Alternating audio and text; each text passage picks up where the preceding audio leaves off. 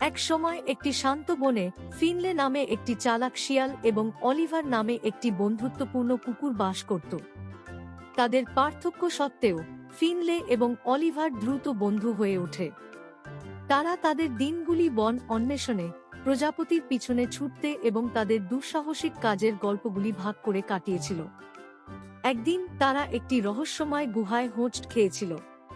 কৌতূহলী হয়ে তারা ভিতরে যাওয়ার সিদ্ধান্ত নিয়েছিল, ঝিলমিল স্ফটিক এবং প্রাচীন শিল্পকর্মে ভরা একটি লুকানো বিশ্ব আবিষ্কার করেছিল।